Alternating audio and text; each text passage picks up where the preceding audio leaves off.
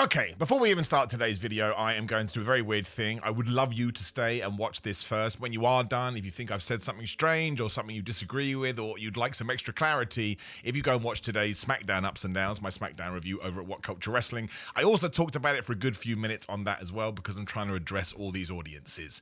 And yes, a couple of days ago, Hulk Hogan passed away. On this episode of SmackDown, the entire thing was really dedicated to him, but especially the opening first 5 minutes.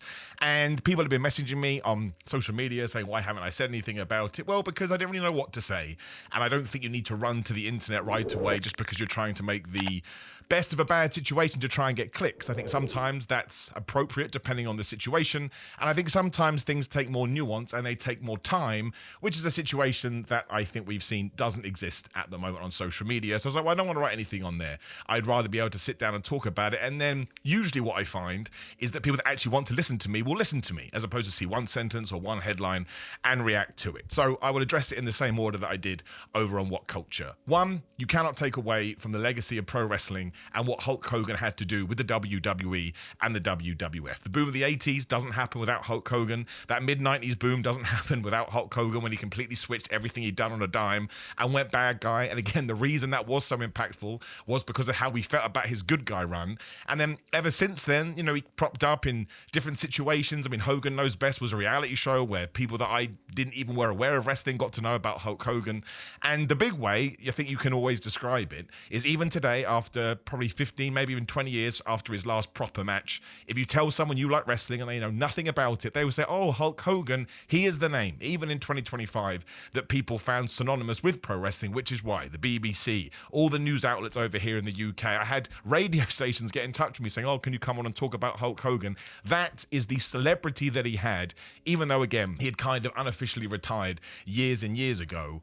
But we can't just talk about the things that we want to talk about. Now, I'm not telling you how to think. I'm not telling you how to react. Your emotions are your emotions. But I don't think it's a cut and dry situation. And I think it's a very complicated, which is why people keep using that word. I'm literally repeating myself now. But it's a complicated situation because when I sit down, I think about the life of Hulk Hogan. Of course, I understand that even the YouTube stuff we have right now is in some ways to do with what he was able to create along with Vince McMahon and a bunch of other people, with him leading the charge. And I'm blessed to have this platform. I get to talk about professional wrestling every single day. And if it hadn't entered the mainstream and it hadn't gone worldwide, would I still be doing this? Maybe, maybe not. We do not know. But I understand that argument. But I can't just think about Hulk Hogan. I do have to think about Terry Bollea. And as I've said on this channel and What Culture, which thank goodness I did now because there's evidence. I'm not just saying it now because I think it's the fun thing to do or I'm trying to whip up a stink. After he said those terrible, offensive and abhorrent things, my fandom died. It just did. Poor use of words. Forgive me for that one. But it just did. It went away. I never felt the same way about him. When he would do something, I either wouldn't talk about it or I'd just zip by as quickly as I possibly could do. The one that stands out is the first WrestleMania. I believe it was after the pandemic in Florida when him and Titus O'Neil hosted the thing. I just didn't want to get into it. I just didn't. It was like a barrel of complexity. And I was like, you know what? Let's just move by. And it comes down to this. I live my life with the whole, as cheesy and as dumb as it sounds, but again, it's my life. I'm allowed to choose it however I so wish, and you're allowed to call me an idiot for that too, of course you are. But if you don't have anything nice to say about anybody, just don't say anything at all. And if you do want me to talk about it, as people have asked, yes, I thought what he said was disgusting, and I think it's awful. And when you read the accounts that he never properly apologized, he never took ownership of those things, I can't forget about that. I can't move on past that. That means more to me than anything he did in pro wrestling, because pro wrestling is the most important of the least important things to me. And the way that human beings treat each other and love and respect and understand that people have different backgrounds and that they are as important or as great or as good or as bad, whatever you want to use, as anybody else, right? You should judge somebody or you should interact with someone based on their actions and who you believe they are as a person. Nothing else, right? Like, that's my life view. I'm kind of spoken in broken up sentence here, but that's how I view life. So if somebody does kind of break that from my vantage point and then they don't see it as being a problem, it doesn't matter to me what they did in wrestling or what they did in the movies or what they did in music. It's not just limited to Hulk Hogan. This is how I approach a lot of people. So when he does pass away, of course you're hit with a barrel of emotions because, one, he was a massive part of my childhood. So you do look introspective. You're like, well, I'm getting old and these people are dying. I can't believe it. Then you do move on to the Terry Bollea quotes and I can't comprehend them. I don't understand them. They come from a world that I don't live in and I never do want to live in, and they leave a deeper impact with me than, again, the match matches, the promos, or however he used to make me feel, because again, around about a decade or so ago, those feelings went away. And there are some people that feel the same way because they said I was numb to this news. I imagine because they went through the same gambit of emotions that I did. And listen, given the things that he did say, there are people far more educated and far more important to talk about this than me. But it ties back into what I just said. I have the platform. People would like me to talk about it. So this is me being as honest and raw as I possibly can be. If you now want to insult me, as people did on the internet, then you're allowed to do that. But I will be ignoring it because sometimes you do, as I get it, sounds so stupid, 2025 language, but you do have to protect your own mental health, for lack of a better term. And I got a pretty thick skin and I can handle a lot, but I don't want to invite it in either. And the best way to ignore it is to quite literally ignore it. But I'm not going to take shots either. I don't like that to address everything that's been going on. A man is still passed away and he has a family and he has people that still had him in their lives, and we do not know what their relationships were. Like, we really don't. Brooke Hogan feels especially estranged from her father, maybe based on some of the things that he did. He's still her dad, right? That is still her dad. And if now she has to deal with the loss of a parent, which is one of the hardest things anybody can do, there's honestly probably nothing harder, but then you have to deal with all the other stuff that's going to be sitting in your stomach and sitting in your brain, and you've got to try and work through it and process all of that. The last thing anybody needs is me. Who the flub am I? No one. Why am I even saying this now? I mean, I'm blessed to have a platform, but nobody needs my opinion on this, especially not Hulk Hogan or Terry Bollea's family. So I'm not going to run on the internet and celebrate the fact that somebody has died. When there is sadness out there, it's just not something that not that I don't relate to, I can relate to it. There are just other things that sit higher in my brain where I'm like, you know what? This isn't for me. I'm going to take a back seat. I'm going to leave it over there. But it really does come back to my life view. The headline to all of this is my life view. Be kind to others and be nice to others and respect others no matter what. So in this instance, the grief is for the friends and family first and foremost. So I'm respecting them, right? And they don't need my respect. They don't have to care who I am, and nor should they. But I can only imagine if for whatever reason they searched the internet and they saw some of those things, how they would feel. I don't want to contribute to that. So it is a massively complicated situation. I see, but why is it complicated? Because that's why it's complicated.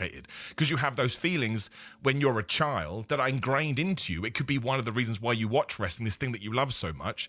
But then on the more human level, you have some things that are terrible, and they're not mutually exclusive, but I do think you can mention it all in the same sentence. Legacy, impact on wrestling, second to none, the biggest wrestling star ever.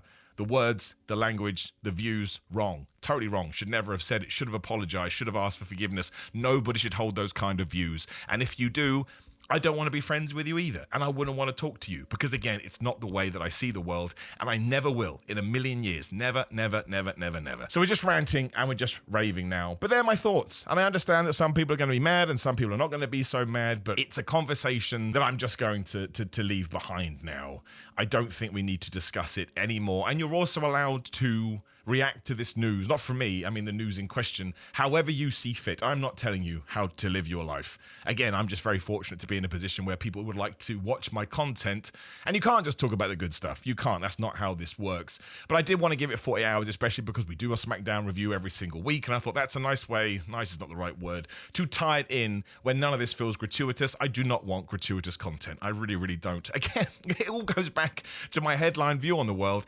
Just try to be nice. Oh, you nice guys finished last. All right, I'll finish last. Oh, you're too nice for wrestling. All right, well, I'm still doing it and I'm still involving it and I'm still enjoying myself. There's just, especially at the moment, there's so much crap in the world.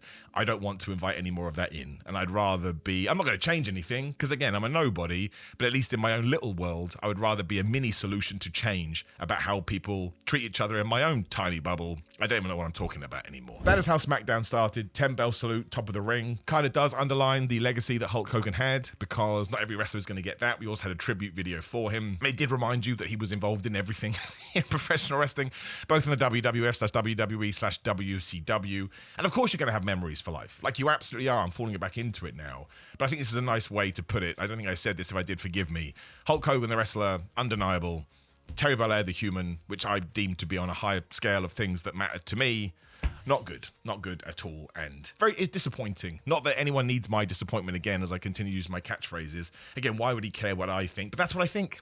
And that's how I feel. Anyway, we did that. Then we moved into Logan Paul Jelly Roll stuff. It was fine. I think I've kind of hit my peak. I think this is actually one of the builds we should have done in a shorter amount of time. I think Jelly Roll looks pretty good for his lack of experience. Like the Boss Man Slam was, I would actually say it was decent, all things considered. People, it was the worst Boss Man Slam I'd ever seen. I mean, if someone said, Simon, this is your third time on television, you have to hit a Boss Man Slam, and I did that, I'd be like, you know what? I'm totally good with it. I mean, the first time I debuted was for Defiant, which also you shouldn't debut on because it was a streaming platform with high-end wrestlers, and you can see it, sadly. I threw the worst clotheslines I've ever thrown. J-Roll did not throw a bad Black Hole Slam. I would absolutely trade. But of course, eventually they'll have a big fight and it ends with Logan Paul running away. The tag match will be fine. WWE's been using celebrities forever. And I think a big reason they wanted to do it this year is because SummerSlam is 2 nights and they are officially trying to turn it into Hot WrestleMania. And that's basically what we set up here. Like we had the Jade Cargill, Tiffany Stratton stuff after Jade Cargill quite literally dragged Chelsea Green to the wing. I thought that was disappointing. I think we should have just got to the ring, jaded 1, 2, 3. We basically did that anyway, but we had to have some distraction, interference, and confusion first, which we had on every single match on this show. And I just think it's way too much, and it's dragging down WWE just a teeny tiny bit, because here you didn't need it, and they did it anyway. So that was weird. I don't necessarily like how Tiffany Stratton and Jade Cargill are being presented either. You did not need them to be babyface friends. That Tiffany could be like, I'm sorry you got beaten up. What are you going to do about it? I'm the champion. You better bring your A game. Don't see me being beaten up. Then I would have beaten her up next week too. And Jake could be like, oh, well, I'm not coming to save you now, am I? That kind of friction is way better when you are doing a good guy match when neither of them are good guys. Like Jade Cargill's like an all-powerful superhero that just sort of hangs out by herself. And Tiffany Stratton gets cheered, but her actions are very heelish, which is fine if that's what the fans want to do. But I just thought that was a missed opportunity to have some fun with it rather than just go into the old school. I'll come out to help you just because we're friends, but we're not friends, but we're in the babyface bus. So that's what we're going to do. The Alexa Bliss Charlotte stuff and the Raquel Rodriguez Roxanne Perez, aside from her new music, which is not good, excellent. Some of my favorite stuff on SmackDown right now. Always has a creative finish, even when it does do wrestling trope stuff. Like here, the reason Alexa Bliss dove out of the ring was to save Charlotte, who was about to be beaten up by Raquel Rodriguez. There's your distraction nonsense. And then Roxanne used the most devastating move in all of sports entertainment, surprise roll-up, to get the 1, 2, 3. That's great, and it's why you shouldn't do it anywhere else, because this one made sense. This one had logic to it, and then later on, Charlotte's like, oh, Alexa is going to be okay. Rumor is they were meant to have the one-on-one match at SummerSlam, and it was Charlotte, I think, said, no, let's keep this together, this is fun. Don't do it anytime soon. We've got 6 months in this team. It's the 2025, what were they called? Arcade Bro, right? When that was meant to be a 3-week, and I was like, no, this is working. They're really fun together. This is Charlotte's best overall, not performance, because she's always a great worker, but everything she's doing just has made her lovable and wonderful, and Alexa Bliss feels great because the size difference is so funny. And fair play to Roxanne Perez. She has fit into that Liv Morgan role perfectly. And while I'd rather nobody got hurt, when Liv Morgan comes back, she's going to be such a babyface. And that feud's going to rule. I do the tag team title change at SummerSlam and then get the Kabuki Warriors involved. The women's tag team division is back. I've said this umpteen times since 2022. Don't let it vanish again. I'm enjoying it muchly. I like the stuff with The Miz and Jacob Fatu as well. At first, I thought, is this going to be exactly the same as the Jade Cargill stuff? Because he was just yelling at her like Chelsea Green was. It was also hilarious. Like, Jade Cargill left and Chelsea Green didn't know that she was right behind her. Chelsea Green is so good. But no, The Miz was like, no, you took me out 6 weeks ago. I'm in my hometown of Cleveland. He slapped him. The Miz came across really well here. And the match was a bit silly because Solo Sikoa and his buddies came out and they pulled The Miz out the ring and then Jacob Fatu did a dive. But he won with the pop-up Samoan. Huge fan of that. Sometimes those moves should win. Your signatures should win sometimes. Again, wrestling tropes. That makes it stand out. And more power to The Miz. I like to think he suggested that. No proof whatsoever. And then obviously, you know, Jacob Fatu does run wild for ages, but the numbers game catches up to him. Explains the steel cage. Solo Sikoa probably going to lose that title, but it's fine because Solo Sikoa is my favorite wrestler right now. I get such a kick out of him. He's just a joy. He's just a wonderful joy. And the Cody Rhodes promo did what it had to do. He also referenced the Hulk Hogan stuff. I thought he summed it up as best as he could in the time that he had. Difficult, complicated person, legacy of the industry. Again, we've talked about it. Essentially told John Cena, I want babyface John Cena. That's what we're going to do here. I'm going to beat the respect back into you. And I think that's what will happen as well. I think the Street Fight is there to... what's the word I'm looking for? Kind of do the bells and the whistles, and if you do what, well, obviously you'll have weapons, but if you do have any run-ins, it's justified, right? But we'll talk about that in just 1 second as well. It will be good. It will be a worthy main event of SummerSlam. Cody Rhodes will win. John Cena will go back babyface. Happy days.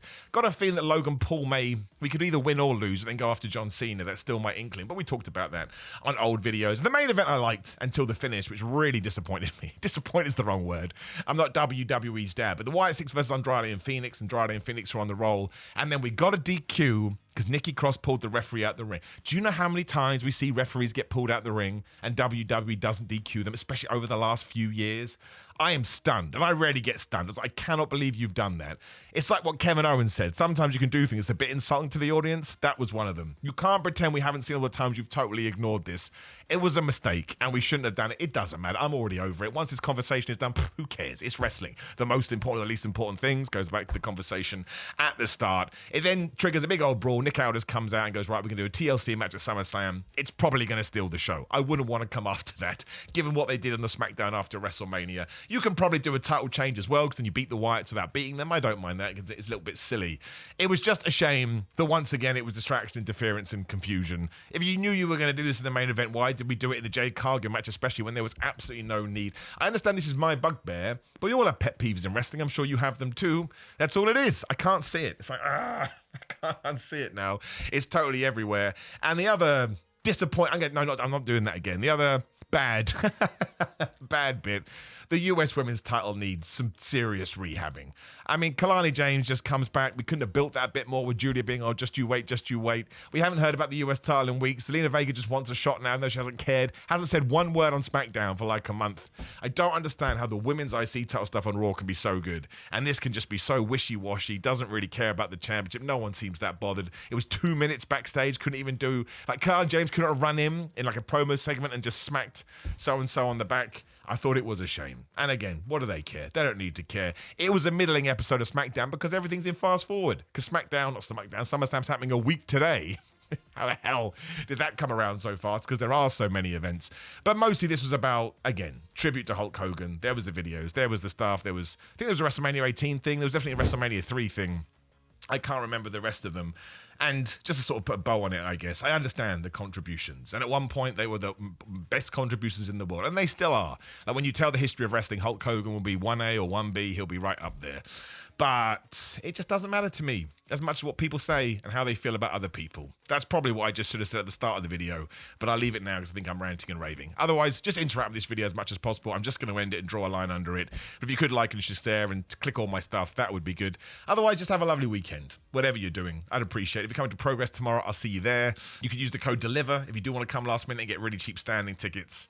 But thank you for watching. I won't be reading the comments because I don't need any more foul language being thrown my way when I haven't even done anything. Again, I think that's fair to say. I really haven't. But I appreciate you. I do. You gave me your time. Nothing more important than that. I'll see you soon.